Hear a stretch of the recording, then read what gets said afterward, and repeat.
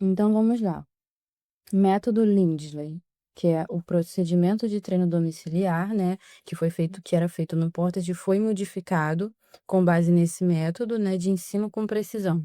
Foi ele que estabeleceu esses objetivos semanais, né, de 3 objetivos, por semana, né, para que os pais pudessem treinar, eh, com as crianças em casa. Tá bom? Foco no sucesso. A escolha do comportamento era feita para garantir que a criança obtivesse sucesso. Então não se coloca objetivos na hora que a gente, por exemplo, a gente aqui já está utilizando para produzir o PEI, né? A gente faz o portage, dali a gente tira o nosso material de intervenção. Então não adianta eu querer colocar de início um objetivo muito complexo, uma coisa que você sabe que você não vai alcançar de início.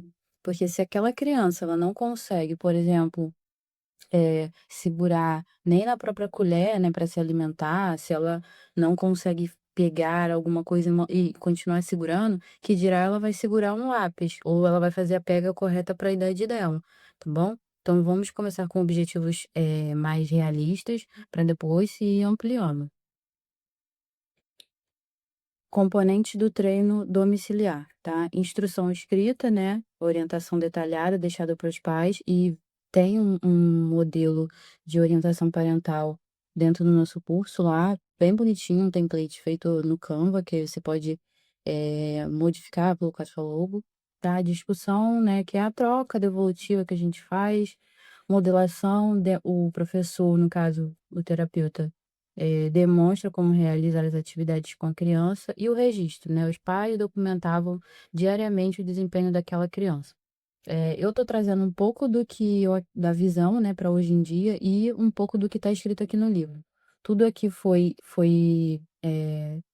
realizado naquela época e está no livro, tá? Mas eu estou trazendo um pouquinho aqui de coisas mais atuais para que vocês possam colocar no dia a dia de vocês, tá? O que isso aqui pode ser trabalhado hoje em dia. Planejamento curricular, tá? O inventário porta de comportamental, né? Lista 580 comportamentos distribuídos por faixa etária de 0 a 6 anos. Vinha, né, na época, cartões com fichas de sugestões de como treinar e também continha orientações sobre como utilizar o inventário e os cartões. Objetivos desse guia. O primeiro, do desenvolvimento, né? Enfatiza o desenvolvimento das habilidades da criança nessa faixa etária. 2, abrangia, múltiplas áreas, né. 3, era o método, né, proporcionar um método de treino e um sistema de registro para esses pais. E 4, que é a acessibilidade, né, ser utilizado por profissionais e não profissionais da saúde.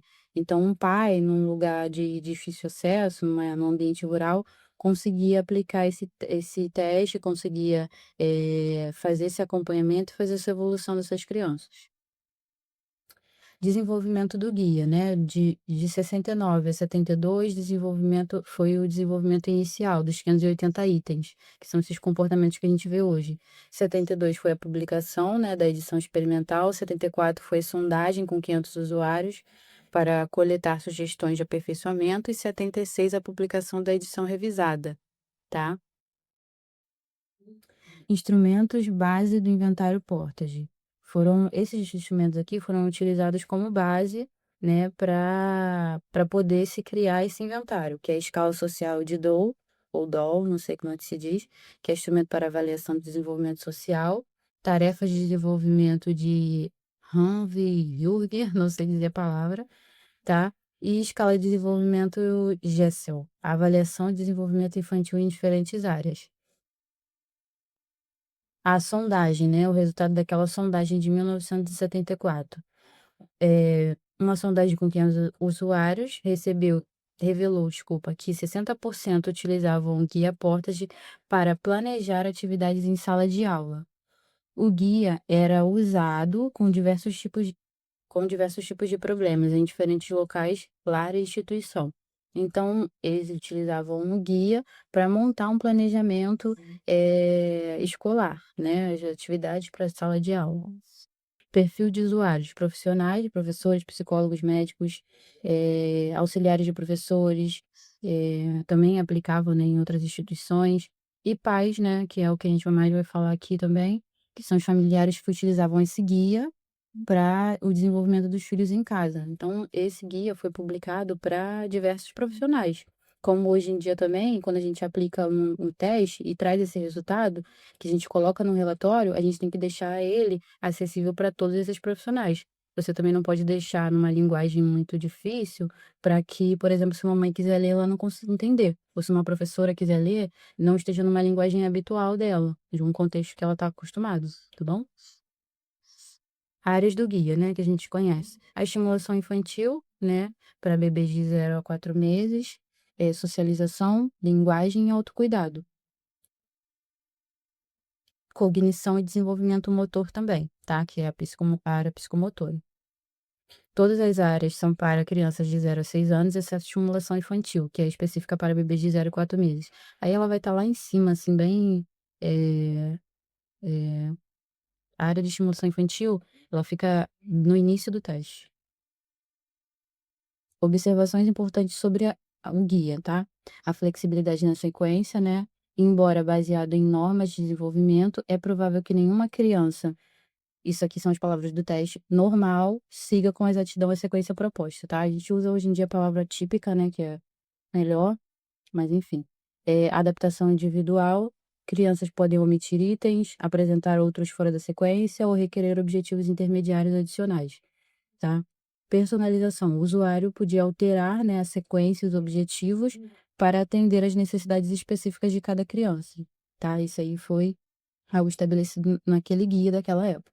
Mas, por exemplo, levando para o lado de hoje em dia, quando a gente vai aplicar, por exemplo, a área de 0 a 1 ano, e aquela criança já não tem mais aquela idade, é mais velha, você vai, por exemplo, adaptar alguns conceitos, tipo, se ela ela pega na mamadeira, você não vai dar uma mamadeira na mão dela. Você vai pegar o copo, vai ver se ela segura aquele copo, tá bom?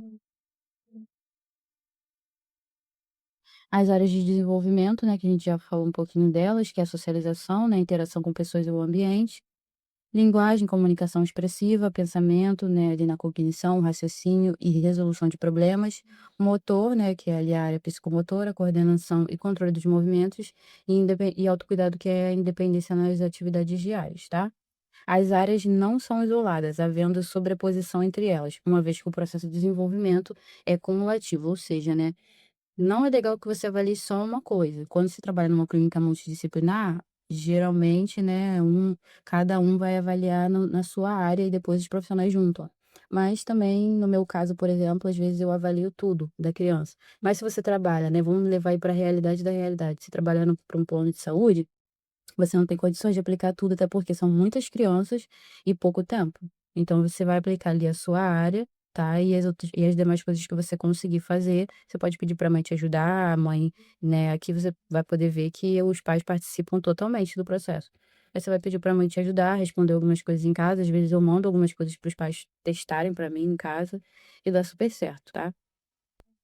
Limitações do inventário portas de original, tá? Esse aqui é o inventário original, antes de haver operacionalização, que a gente fala, que é o viés quantitativo do teste, né? Que no caso são os resultados, são os cálculos, né? A idade exata, por exemplo, as regras para se aplicar, você tem que aplicar 3 vezes para às vezes, 4 vezes para que seja assim, sabe? Essas coisas. Isso aí foi antes disso tudo, tá? Limitações desse teste não padronizado. A avaliação não padronizada, né, serve apenas como método de avaliação informal, né, a ausência de definições precisas, não existiam definições claras de cada item, tá, então não tinha uma regra para cada item. "Ah, pega no lápis", mas pega em que contexto? Não, tô dando um exemplo meio bobo, mas é mais ou menos isso. Falta de critérios e objetivos, tá? Sem critérios específicos, o avaliador pode atribuir resultados diferentes em cada avaliação. Então, como não tinha um critério ali para se dar sim ou não, ou às vezes, aí cada um fazia do jeito que queria e acabava ficando bagunçado. Exemplos de item não operacionalizado, né? Repetições emitidas por outras pessoas, item 1 de linguagem. O avaliador não possui informações suficientes sobre que resposta considerar aceitável por repetições, quantas vezes os sons deveriam ser repetidos, que condições oferecer à criança para que ela repita esses sons, né? A consequência, o avaliador atribui resultados diferentes em cada avaliação. E com a operacionalização, isso aí já não acontecia mais. a estrutura das fichas do guia Portas, tá? As fichas, tinham 580 fichas, né, contendo de 3 a 6 sugestões de atividades para treino da criança. Era uma linguagem acessível, né, as atividades são descritas de modo não técnico, de acordo com o repertório, né, de um leigo, por exemplo, uma pessoa que não entendia poderia fazer. E os recursos práticos, né, sugestões de materiais e procedimentos para desenvolver essas atividades. A minha ideia seria colocar aqui algumas fichas também, tá, no nosso curso, mas aí vamos deixar aí mais pra frente pra gente ver como é que vai se dar isso. Pra quem precisa de ajuda pra saber como é que vai estimular essa área, como vai ver se dá certo, se não dá, mas vamos deixar um pouquinho mais pra frente. Característica das fichas. Escaneamento, né, algumas fichas apresentam sugestões de escaneamento, como exemplo de objetivos intermediários. Avaliação de tarefa análise de tarefas, né, e trampolim de ideias, tá? Função de inspirar e desenvolver ideias de treia. Análise de tarefas é a decomposição de habilidades, complexas em passos menores. Então, uma habilidade que é muito complexa, né? Como, por exemplo, vamos repetir ali, escrever, tá? Então, vai primeiro ali ensinar a criança coordenação motora fina, pegar em botãozinhos, depois, pegar na varetinha, depois pegar no lápis, enfim, tô dando um exemplo bobo para vocês conseguirem entender. O Guia Portas não é um livro de receitas, né, a proposta real, segundo Jensen, 1981, o Guia Portas não pretendia ser um livro de receitas, mas um apoio aos professores, tá. Uma função de apoio, né, ajuda o educador de forma organizada a descobrir o que a criança já aprendeu. Perfil de usuários: profissionais, professores, psicólogos, médicos, auxiliares de professores, também é aplicável, né, em outras instituições, e pais, né, que é o que a gente mais vai falar aqui também, que são os familiares que utilizavam esse guia para o desenvolvimento dos filhos em casa. Então, esse guia foi publicado para diversos profissionais. Como hoje em dia também, quando a gente aplica um teste e traz esse resultado, que a gente coloca no relatório, a gente tem que deixar ele acessível para todos esses profissionais. Você também não pode deixar numa linguagem muito difícil para que, por exemplo, se uma mãe quiser ler, ela não consiga entender. Ou se uma professora quiser. Orientação flexível, né? Apresenta alternativas do que ensinar a seguir e sugerir maneiras diferentes de ensinar as habilidades escolhidas.